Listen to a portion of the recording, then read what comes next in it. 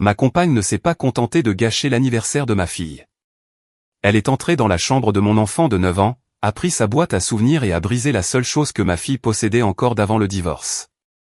Je m'appelle Fabien, j'ai 38 ans, et depuis 4 ans, j'essaie d'être le genre de père divorcé qui ne fait pas payer à son enfant les problèmes des adultes. Je suis directeur des opérations, ce qui semble plus passionnant que ça ne l'est. La plupart de ma semaine se résume à des feuilles de calcul, à aller chercher ma fille à l'école, à des listes de courses et à essayer de ne pas brûler des pizzas surgelées dans la friteuse sans huile. Ma fille, Juliette, a 9 ans. Elle a mon entêtement, le sens du timing de sa mère, et cette façon de me regarder de l'autre bout d'une pièce qui me fait me sentir coupable avant même de savoir ce que j'ai fait de mal. Sa mère, Aurélie, et moi avons divorcé quand Juliette avait 5 ans. Nous n'étions pas une de ces histoires d'amour tragiques qui auraient dû fonctionner. Nous étions deux personnes qui s'étaient aimées un jour, puis qui étaient lentement devenues meilleures pour se disputer que pour vivre ensemble. À la fin, même décider de ce qu'on allait manger pour le dîner ressemblait à une réunion de syndic de copropriété. Mais quand nous nous sommes séparés, nous avons fait une promesse et l'avons vraiment tenue. Juliette ne serait ni le messager, ni l'arme, ni la monnaie d'échange. Alors maintenant, nous gérons la garde alternée. Nous utilisons une application de calendrier de garde partagée. Nous nous envoyons des textos à propos des rendez-vous chez le dentiste, de l'entraînement de foot, des autorisations de sortie, des comptes de la cantine, du jour de la photo de classe, des médicaments pour les allergies et de la nécessité d'acheter de nouveaux crampons pour Juliette. Nos messages sont du genre, peux-tu mettre le sweat à capuche bleue dans son sac, et elle a un rendez-vous chez le dentiste à 15 heures. Pas vraiment une romance interdite. Aurélie et moi sommes divorcés, pas morts l'un pour l'autre. Nous avons un enfant. Cela implique des contacts. Du moins, je pensais que c'était évident jusqu'à ce que ma compagne Justine emménage. J'ai rencontré Justine environ 2 ans et demi après mon divorce. Elle avait 34 ans, était drôle, vivait avec une confiance en elle que j'aimais beaucoup. Elle pouvait entrer dans une pièce et se lier d'amitié avec la personne seule près du bol de chips. Elle travaillait dans le marketing, parlait vite quand elle était enthousiaste et se souvenait de petites choses que je lui avais dites, comme le fait que je détestais la noix de coco et que Juliette aimait les crêpes en forme de n'importe quoi sauf des cercles. Au début, elle semblait comprendre. Elle m'a dit que c'était séduisant que je sois présent pour mon enfant. Elle a dit, honnêtement, je respecte le fait que toi et Aurélie puissiez rester courtois. Beaucoup de divorcés rendent leurs enfants malheureux. Cela signifiait beaucoup pour moi. Sortir avec quelqu'un après un divorce est étrange. On ne se demande pas seulement, est-ce que cette personne me plaît ? On se demande, cette personne peut-elle être avec mon enfant sans lui donner l'impression d'être un problème ? La première année, Justine a été formidable avec Juliette. Pas dans le genre fausse maman parfaite, ce que j'aurais détesté, mais amicale. Elle venait au match de foot de Juliette, l'aidait à choisir un costume d'Halloween, et a une fois passé 20 minutes à aider Juliette à démêler la chaîne d'un collier, même si elle avait l'air de vouloir hurler. Après 1 an et demi ensemble, Justine a emménagé chez moi. Je pensais que cela signifiait que nous construisions quelque chose. Je n'avais pas réalisé qu'elle pensait que cela signifiait effacer ce qui était déjà là. Le premier vrai changement a eu lieu autour de tacos. Nous mangions sur l'îlot de la cuisine un mardi soir. Juliette était chez Aurélie. Mon téléphone a vibré, et le nom d'Aurélie est apparu sur l'écran. Le message disait, Juliette a laissé ses chaussettes de foot dans ta machine à laver. Peux-tu les apporter samedi ? L'entraîneur veut les vertes. J'ai répondu, compris. Quand j'ai levé les yeux, le visage de Justine s'était fermé. Pas un silence de colère, exactement. C'était plus subtil, comme une porte qui se referme. Vous vous envoyez des textos pendant le dîner, a-t-elle demandé. Quand c'est à propos de Juliette, oui, parfois. Elle ne pouvait pas attendre demain. Ce sont des chaussettes, Justine. Elle a eu un petit rire qui ne sonnait pas comme un rire. Je trouve juste que les ex-normaux ne s'envoient pas autant de messages. J'ai expliqué ce que j'avais déjà expliqué. Aurélie et moi ne discutions pas pour le plaisir. Nous gérions la vie d'un enfant. Les classeurs de devoirs, les goûters pour le foot, les formulaires médicaux, les projets d'anniversaire. C'était ennuyeux et nécessaire. Justine a dit, je comprends. Je pense juste qu'il devrait y avoir des limites. Ce mot a commencé à revenir souvent. Au début, c'était de petites choses. Aurélie devrait envoyer des emails au lieu de textos. Aurélie ne devrait me contacter qu'à certaines heures. Aurélie devrait tout utiliser via l'application de garde, même pour les choses qui nécessitaient une réponse rapide. Justine disait cela comme si elle était raisonnable, comme si elle demandait juste du respect. Un soir, j'ai dit, Justine, je ne peux pas gérer la garde d'une enfant de 9 ans selon des horaires de bureau. Elle a croisé les bras. C'est drôle comme il y a toujours une excuse quand son nom apparaît. J'aurais dû prendre ça plus au sérieux. Au lieu de ça, j'ai essayé de la rassurer. Je lui ai dit que je l'aimais. Je lui ai dit qu'Aurélie et moi, c'était fini. Je lui ai dit que notre divorce était définitif de toutes les manières possibles, sauf pour la seule chose qui comptait, c'est-à-dire Juliette. Pendant un moment, la rassurer a semblé fonctionner. Puis la vérification du téléphone a commencé. Au début, c'était présenté comme une blague. Si mon téléphone vibrait sur le comptoir, Justine l'inclinait vers elle et disait « Laisse-moi deviner. » Aurélie ? Si j'allais aux toilettes et que je revenais, mon téléphone était dans une position légèrement différente. Quand je lui en ai fait la remarque, elle a souri et a dit « Détends-toi, je te taquine juste. » Mais elle n'a jamais rien trouvé, car il n'y avait rien à trouver. Puis est venue la dispute à propos du code du garage. Aurélie avait utilisé le code du garage une fois, des mois plus tôt, parce que Juliette avait oublié son sac à dos et que j'étais coincé au travail. Aurélie m'avait envoyé un texto d'abord, avait pris le sac dans l'entrée et était partie. Ce n'était pas un secret. J'en avais parlé à Justine le jour même. Apparemment, c'était resté dans sa tête comme une écharde. Elle a toujours accès à cette maison, a demandé Justine un soir. Elle avait le code à cause de Juliette. Avait ? Je me suis frotté le front. Justine. Non, sérieusement. Pourquoi ton ex-femme a-t-elle besoin d'un code pour la maison où je vis ? J'avais envie de dire, elle ne vit pas ici, et elle n'en a pas envie. Au lieu de ça, j'ai dit, d'accord. Je vais le changer. Mais ça ne peut pas devenir un nouveau problème chaque semaine. J'ai changé le code le lendemain matin. Je me suis dit que le compromis faisait partie d'une relation. Je me suis dit que Justine s'adaptait simplement à une situation compliquée. Je me suis dit beaucoup de choses parce que je voulais que la relation fonctionne. Le problème, c'est que Juliette a commencé à le remarquer. Un vendredi, je suis allé la chercher à l'école et elle était plus silencieuse que d'habitude. Normalement, elle montait sur la banquette arrière et commençait à parler avant même que la porte ne soit fermée. Ce jour-là, elle a attaché sa ceinture et a regardé par la fenêtre. À un feu rouge, je l'ai regardée dans le rétroviseur. « Tout va bien, ma puce ?» Elle a tripoté la manche de son sweatshirt. « C'est mal si je parle de maman chez toi. » J'ai senti un poids lourd se poser sur ma poitrine. « Non, ai-je dit rapidement. »« Jamais. »« Pourquoi penserais-tu ça ?» Elle a haussé les épaules, d'un geste petit et prudent. Justine fait une drôle de tête.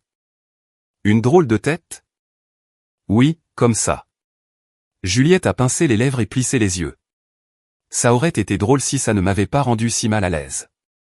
Ce soir-là, après que Juliette soit allée se coucher, j'en ai parlé doucement. Juliette m'a demandé si elle avait le droit de parler d'Aurélie ici. L'expression de Justine a changé immédiatement. Ouah. Ouah quoi ? Alors maintenant, Aurélie se sert de Juliette pour me faire passer pour la méchante ? Ce n'est pas ce que j'ai dit. C'est ce que tu voulais dire. Non, Justine. Je te dis que Juliette ressent l'attention. Elle a jeté un torchon sur le comptoir. Peut-être qu'elle ressent l'attention d'Aurélie. Peut-être que ton ex-femme n'aime pas que tu aies tourné la page. J'aurais dû insister davantage. J'aurais dû dire, il s'agit de Juliette, pas d'Aurélie. Au lieu de ça, j'ai adouci les choses. J'ai dit que nous devions tous être plus prudents. J'ai dit que les transitions étaient difficiles. J'ai dit que je croyais que tout le monde pouvait y arriver. La semaine suivante, Aurélie m'a envoyé un texto. Je n'essaie pas de créer de problème, mais Juliette m'a demandé si aimer ces deux maisons met les gens en colère. S'il te plaît, fais attention. J'ai fixé ce message pendant un moment. Puis j'ai tapé, je m'en occupe. Aurélie a répondu, je l'espère. Je ne m'inquiète pas du fait que tu sortes avec quelqu'un. Je m'inquiète que Juliette se sente responsable des sentiments des adultes. J'ai détesté qu'elle dise ça comme ça, parce qu'une partie de moi savait qu'elle avait raison. Mais une autre partie de moi se sentait sur la défensive. Je pensais qu'Aurélie était mal à l'aise de me voir dans une relation sérieuse. Je pensais qu'elle exagérait peut-être les choses parce qu'elle n'aimait pas Justine. Alors j'ai ignoré la partie qui comptait. La boîte à souvenirs était dans la chambre de Juliette depuis ses 6 ans. Ça a commencé comme une boîte en bois d'un magasin de loisirs créatifs qu'Aurélie lui avait acheté un week-end pluvieux. Juliette l'avait peinte en violet, l'avait couverte d'autocollants et avait écrit les choses importantes de Juliette sur le dessus avec un marqueur argenté. Elle était posée sur l'étagère du bas de sa bibliothèque, sous une rangée de livres de poche, à côté d'une médaille de foot sur un ruban et sous les étoiles phosphorescentes collées à son plafond. À l'intérieur se trouvaient les choses que les enfants considèrent comme des trésors. Un ticket de zoo de quand elle avait 4 ans. Un bracelet d'hôpital de quand elle avait eu un petit incident sur les barres de singe. Des cartes d'anniversaire. Un mot plié qui disait « Les crêpes de papa sont bizarres mais bonnes ». Une photo de sa kermesse de fin de maternelle avec Aurélie d'un côté et moi de l'autre. Un bracelet fait main que Juliette avait fabriqué pour moi lors d'une activité pour la fête des pères, qu'elle m'avait ensuite repris parce que, selon ses mots, sa place est dans la boîte. Il y avait des photos d'avant le divorce. Il y avait des photos d'après. Il y avait de petits morceaux de ces 2 maisons là-dedans. Ce n'était pas un hôtel à mon mariage. C'était la preuve, pour une petite fille, que sa famille n'avait pas disparu. Justine connaissait l'existence de la boîte. Elle avait vu Juliette l'ouvrir une fois pour lui montrer une photo d'une sortie au zoo. Justine avait souri de manière trop crispée et avait dit « C'est mignon ». Ça aussi, je ne l'avais pas remarqué.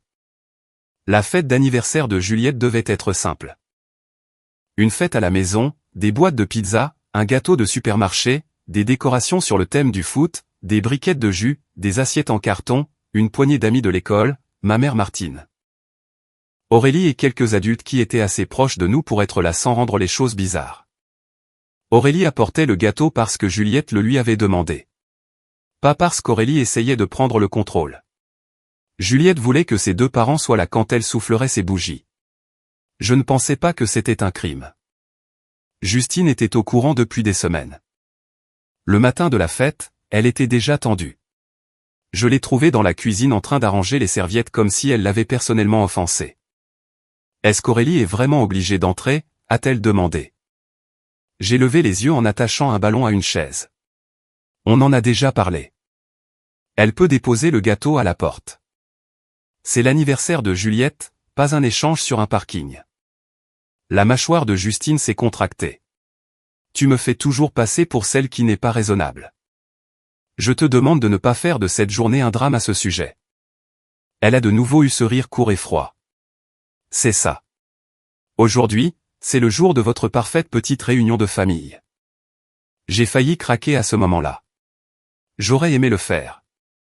Au lieu de ça, j'ai pris une grande inspiration, parce que les enfants arrivaient dans moins d'1 heure et que Juliette était en haut en train de mettre son t-shirt bleu préféré. Quand Aurélie est arrivée, elle tenait le gâteau à 2 mains et avait un cadeau emballé sous un bras. « Salut, Justine » a-t-elle dit. Le gâteau a survécu au trajet, de justesse. Justine a souri sans chaleur. « Super. Mets-toi à l'aise. Tu sais clairement comment faire. » Aurélie s'est arrêtée une demi-seconde, puis a dit « Je vais le poser sur le comptoir. » C'était Aurélie. Elle avait appris à ne pas mordre à l'hameçon, sauf si Juliette était impliquée. La fête a commencé assez bien, ou du moins assez bien pour le moment. Les enfants couraient dans le couloir en chaussettes. Quelqu'un a renversé du soda à l'orange sur le sol. Les boîtes de pizza couvraient la moitié de l'îlot de la cuisine. Ma mère se tenait près de l'évier, observant tout comme le font les mères quand elles font semblant de ne pas surveiller. La meilleure amie de Justine, Laure, est arrivée, même si je n'avais pas vraiment envie d'une énergie d'adulte supplémentaire dans la pièce. Laure était du genre à chuchoter comme si elle voulait être entendue. Elle se tenait près du comptoir, faisant semblant d'aider avec les serviettes tout en dévisageant Aurélie de la tête aux pieds. À un moment, j'ai vu Laure se pencher vers Justine et murmurer quelque chose. Je n'ai entendu que la fin. Point comme si elle habitait encore ici. Les yeux de Justine se sont tournés vers Aurélie. Quelques minutes plus tard, je ne trouvais plus les bougies d'anniversaire. J'ai ouvert les tiroirs, vérifié le placard au-dessus de la cuisinière, regardé 2 fois dans le tiroir à fourre-tout comme si les bougies pouvaient apparaître par honte. Aurélie, qui se tenait près du bord de la cuisine, a dit prudemment, elles étaient dans le panier du haut du garde-manger. Si tu les gardes toujours là. J'ai ouvert le garde-manger. Elles étaient là.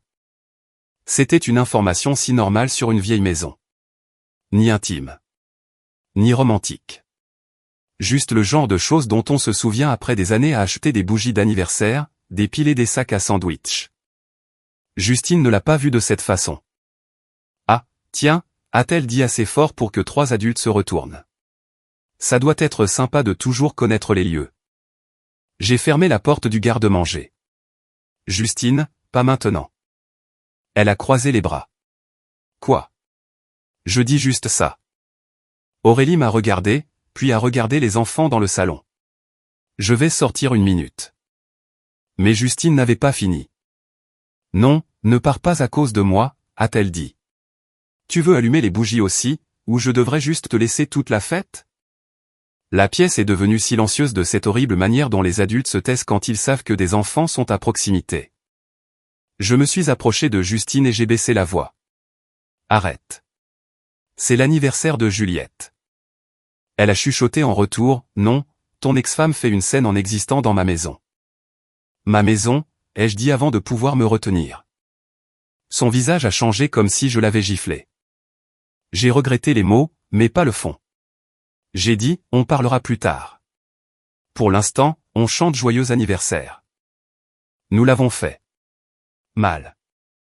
Tout le monde s'est rassemblé autour du gâteau. Juliette se tenait sur une chaise parce qu'elle aimait se sentir plus grande que les bougies. Aurélie se tenait d'un côté, moi de l'autre, et Justine est restée près de la porte, les bras croisés.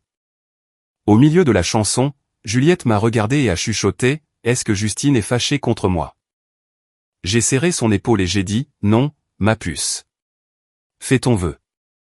Elle a soufflé les bougies, mais son sourire n'était pas le même. Après le gâteau, les choses se sont un peu calmées. Les enfants sont retournés courir partout.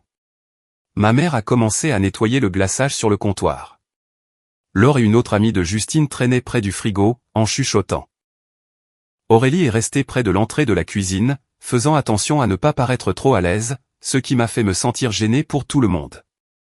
Puis ma mère a regardé autour d'elle et a dit, où est passée Justine?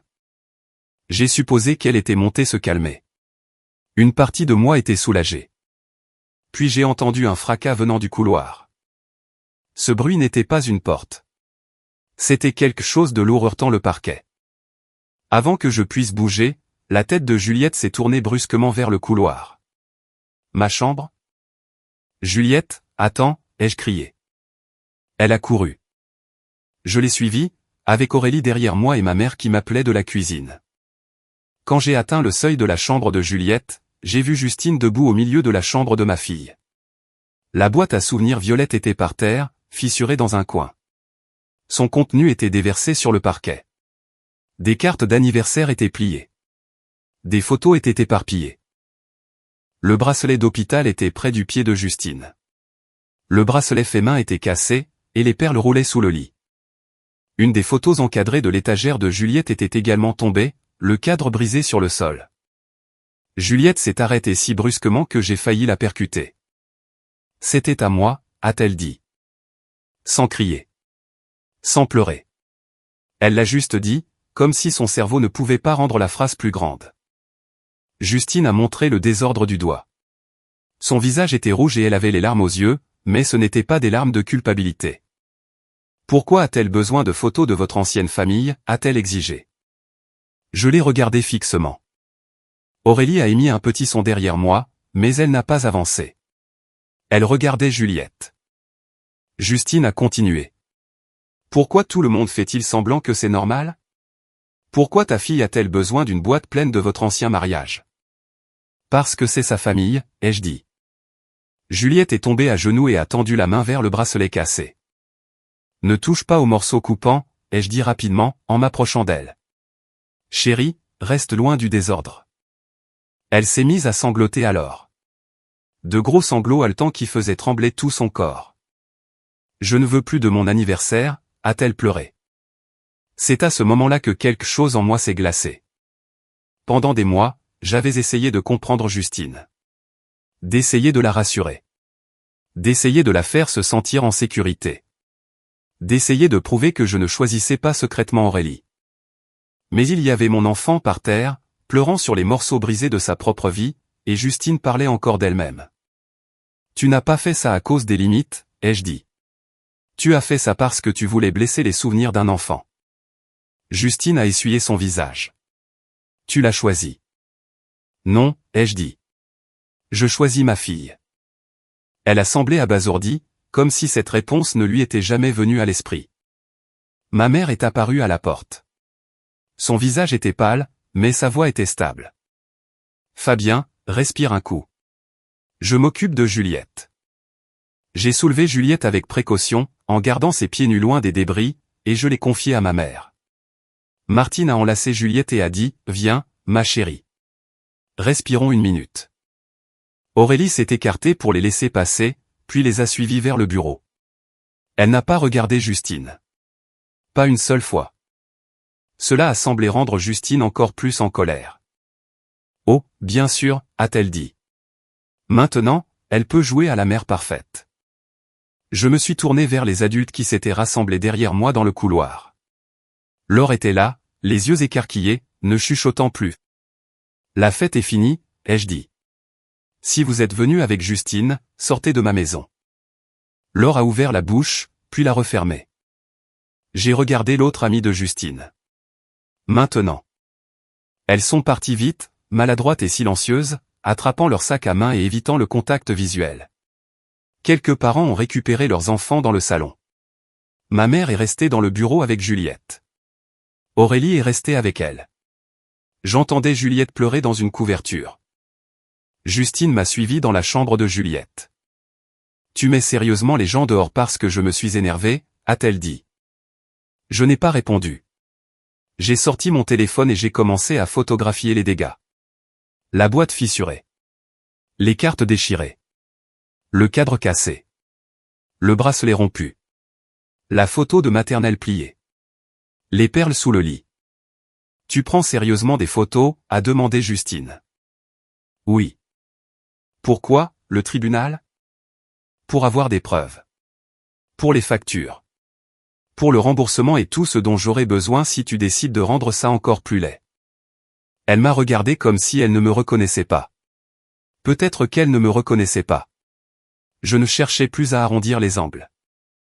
J'ai appelé son frère, Romain. Il a répondu à la 3e sonnerie. Salut, quoi de neuf? Ta sœur a détruit les affaires de ma fille, ai-je dit. J'ai besoin que tu viennes la chercher maintenant. Il y a eu une pause. Puis Romain a dit, d'une voix lasse et basse, qu'est-ce qu'elle a cassé cette fois?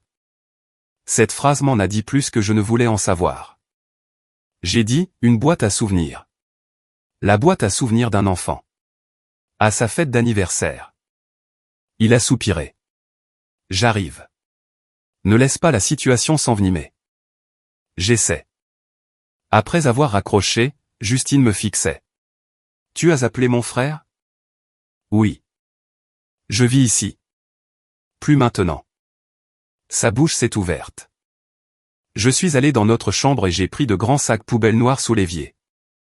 J'ai emballé ses vêtements, son maquillage, ses appareils de coiffure, ses chaussures, ses chargeurs, les livres de sa table de nuit et les crèmes pour le visage coûteuses qu'elle disait toujours que j'utilisais mal quand je les déplaçais.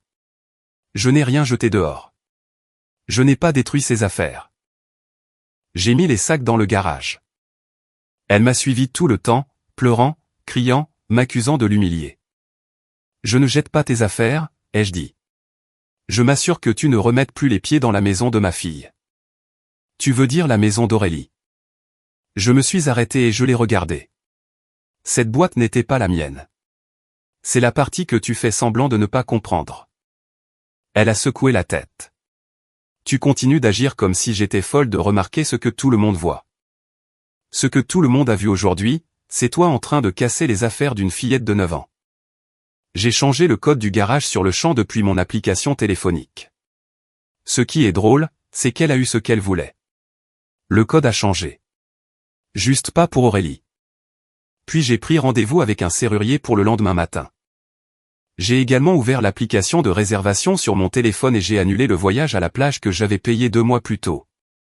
C'était censé être nos premières vraies vacances de couple depuis qu'elle avait emménagé. J'ai obtenu un remboursement partiel et un avoir dont je me fichais éperdument.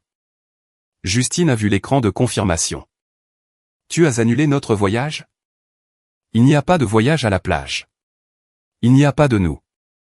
C'est laquelle a finalement explosé. Elle m'a suivi à travers le garage et dans l'allée, où les derniers invités montaient encore dans leur voiture. Le soleil se couchait, et mon allée avait cet air triste de fin de fête, un ballon éclaté près de la boîte aux lettres, des assiettes en carton empilées dans un sac poubelle près de la porte, une briquette de jus que quelqu'un avait abandonnée sur le porche. Justine s'est tenue sur le chemin et a crié « Admets-le. Tu aimes encore ton ex-femme. » Un voisin de l'autre côté de la rue a tourné la tête. Un parent s'est figé à côté de son monospace. Laure se tenait près de sa voiture, une main sur la poignée de la portière, l'air de souhaiter s'être dissoute dans le bitume. J'étais fatigué d'une manière que je n'avais jamais ressentie auparavant. En colère, oui, mais surtout lucide. J'ai pointé du doigt vers la maison. Mon ex-femme n'est pas mon plan de secours, ai-je dit. Elle est la mère de mon enfant, et tu le savais avant d'emménager. Le visage de Justine s'est décomposé, mais j'ai continué. Tu ne m'as pas perdu à cause d'Aurélie. Tu m'as perdu parce que tu voulais gagner une dispute avec un adulte, et pour ça, tu as brisé le cœur d'un enfant. Elle s'est mise à pleurer plus fort. Je voulais juste compter. Tu peux être en colère contre moi, ai-je dit. Tu n'as pas le droit de punir Juliette. Romain est arrivé 10 minutes plus tard. Il est sorti de sa camionnette, a regardé Justine pleurer sur les marches du perron, m'a regardé et a dit « Je suis désolé, mec. J'ai besoin qu'elle parte », ai-je dit. Il a hoché la tête. Je vais la faire partir d'ici. Quand il est passé à côté de moi pour aller chercher ses sacs dans le garage, il a vu les sacs poubelles noirs bien alignés le long du mur. A-t-elle touché Juliette, a-t-il demandé doucement. Non. Est-ce que Juliette va bien? Non. Il a dégluti. Garde les reçus. Je parlerai à mes parents. Puis il a aidé Justine à monter dans sa camionnette. Elle disait encore que je le regretterais. Encore qu'Aurélie avait gagné. Encore que j'avais jeté notre avenir pour mon ex-femme. Je n'ai pas répondu. Après le départ de tout le monde, la maison était un désastre de la manière la plus triste possible. Du glaçage de gâteau sur le comptoir. Des paillettes d'une carte d'anniversaire collée au sol. Des briquettes de jus à moitié vides. Des assiettes en carton s'affaissant sous des croûtes de pizza. Du verre brisé dans la chambre de ma fille. J'ai balayé le sol de la chambre de Juliette pendant qu'Aurélie était assise avec elle dans le bureau. Ma mère a fait la vaisselle sans qu'on le lui demande. Personne n'a dit grand-chose. Plus tard dans la nuit, après que Juliette se soit enfin endormie dans mon lit, serrant un chien en peluche, j'ai envoyé un message à Justine. Ne contacte pas Juliette. Ne viens pas chez moi. Toute communication future devra concerner la récupération des biens restants ou le remboursement de ce que tu as endommagé. Les photos et les reçus sont joints. Si tu approches Juliette, je réglerai ça par l'intermédiaire d'un avocat. Puis j'ai envoyé les photos et une liste détaillée à Justine et Romain. J'ai inclus le coût du cadre cassé, de la boîte en bois, du remplacement des tirages photos et des articles endommagés qui avaient des prix réels. Certaines choses ne pouvaient pas être chiffrées. Un bracelet fait main de maternelle n'est pas cher. Ce n'est pas la même chose que remplaçable. Justine a envoyé des textos pendant des jours. Au début, c'était des excuses.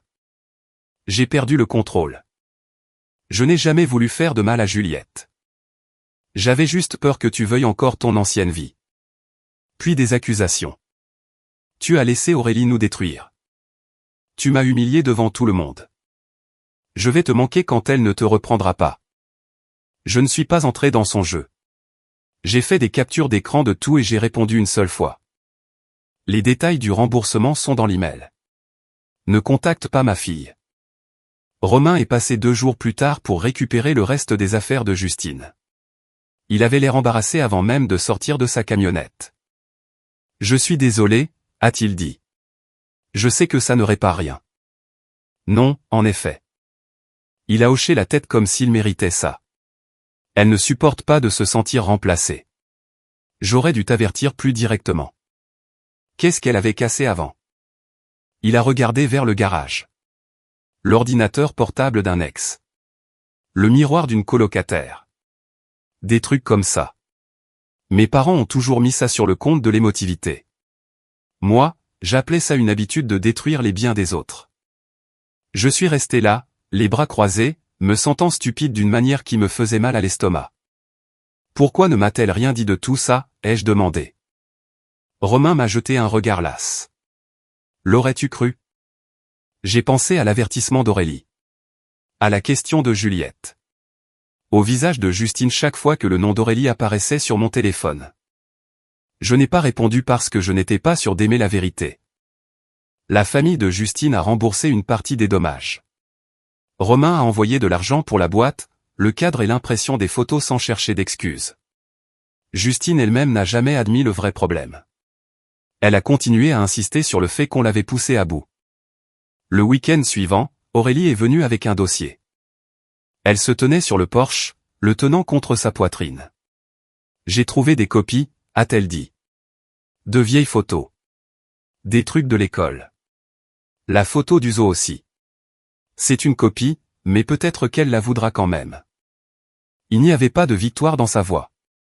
Pas de « je te l'avais bien dit ». Juste de la tristesse. Nous nous sommes assis à la table de la cuisine après que Juliette soit montée chercher la nouvelle boîte que j'avais achetée. Celle-ci était blanche unie, parce que Juliette a dit qu'elle voulait la décorer elle-même à nouveau. Aurélie a glissé le dossier vers moi. À l'intérieur se trouvaient des copies de photos dont j'avais oublié l'existence. Juliette au zoo avec de la glace sur son t-shirt. Juliette avec un chapeau de diplômée en papier. Juliette endormie sur ma poitrine quand elle était assez petite pour que tout son corps tienne entre mon épaule et mon coude. Je me suis éclairci la gorge. Tu m'avais prévenu. Aurélie m'a regardé mais n'a rien dit. Je pensais que tu étais juste mal à l'aise avec Justine.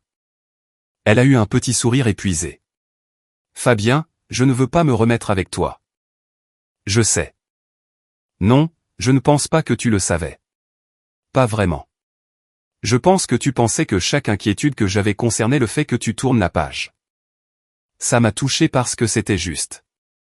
Aurélie a continué, je me fiche de la personne avec qui tu sors. Ce qui m'importe, c'est que notre fille n'ait pas l'impression de devoir se censurer. J'ai baissé les yeux sur la photo du zoo. Elle m'a demandé si les copies comptaient quand même, ai-je dit. Les yeux d'Aurélie se sont adoucis. Qu'est-ce que tu lui as dit? J'ai dit oui. Mais je ne sais pas si elle m'a cru. Elle te croira, a dit Aurélie. Si nous y croyons. Quand Juliette est descendue, elle avait des marqueurs, des autocollants et la nouvelle boîte sous un bras. Elle s'est installée sur la chaise entre nous, silencieuse mais concentrée. Aurélie lui a tendu la copie de la photo du zoo. Juliette a touché le bord avec précaution. Est-ce que la photo peut quand même compter si c'est une copie? J'ai dû déglutir avant de répondre. Oui, ai-je dit. Elle compte parce que le souvenir est à toi. Elle a regardé Aurélie. Même si l'ancienne a disparu? Aurélie a hoché la tête. Même dans ce cas. Juliette a placé la photo dans la nouvelle boîte comme si elle était fragile. Puis elle a pris le bracelet réparé. J'avais réenfilé les perles que j'avais pu trouver, mais il était plus court qu'avant. Elle l'a tourné dans sa main. Il est différent, a-t-elle dit. Je sais, ai-je dit. Elle s'est appuyée contre mon bras. Je ne veux pas que Justine revienne. Elle ne reviendra pas. Même si elle dit pardon? Même dans ce cas. Elle a levé les yeux vers moi. Est-ce que je peux toujours parler de maman ici? J'ai passé mon bras autour de ses épaules. Tu as le droit d'aimer toute ta famille dans cette maison. Même si ça met quelqu'un en colère? Alors cette personne n'a pas le droit d'être dans cette maison. Aurélie a détourné le regard, et j'ai pu voir qu'elle essayait de ne pas pleurer. Quelques jours plus tard, j'ai pris rendez-vous chez un psychologue. Non pas parce que je pensais être un type noble qui avait enfin fait une chose difficile, mais parce que je devais comprendre pourquoi j'avais ignoré tant de choses avant que cette chose difficile ne devienne nécessaire. Je pensais que maintenir la paix signifiait que personne ne criait. Alors j'ai changé des codes, ravalé des commentaires, justifié une coparentalité normale comme si je défendais un crime, et je me suis dit que Juliette allait bien parce que je voulais qu'elle aille bien. Mais Juliette se faisait toute petite dans ma maison. Elle choisissait ses mots avec soin pour qu'un adulte ne fasse pas une drôle de tête. Ce n'est pas la paix. C'est un enfant qui apprend à gérer l'insécurité des grands. Je suis resté célibataire après ça. Pas de manière dramatique, du genre je n'aimerai plus jamais. J'ai juste arrêté d'agir comme si avoir une compagne était la preuve que ma vie avait avancé. Ma vie avance quand Juliette se sent en sécurité dans ses deux maisons. C'est ça, l'essentiel. Aurélie et moi ne nous sommes pas remis ensemble. Il n'y a pas eu de réunion secrète, pas de vieille étincelle, pas de fin de film. Nous sommes toujours divorcés. Nous nous envoyons toujours des textos à propos des crampons, des autorisations de sortie et de la nécessité pour Juliette d'avoir plus de médicaments pour les allergies dans son sac à dos.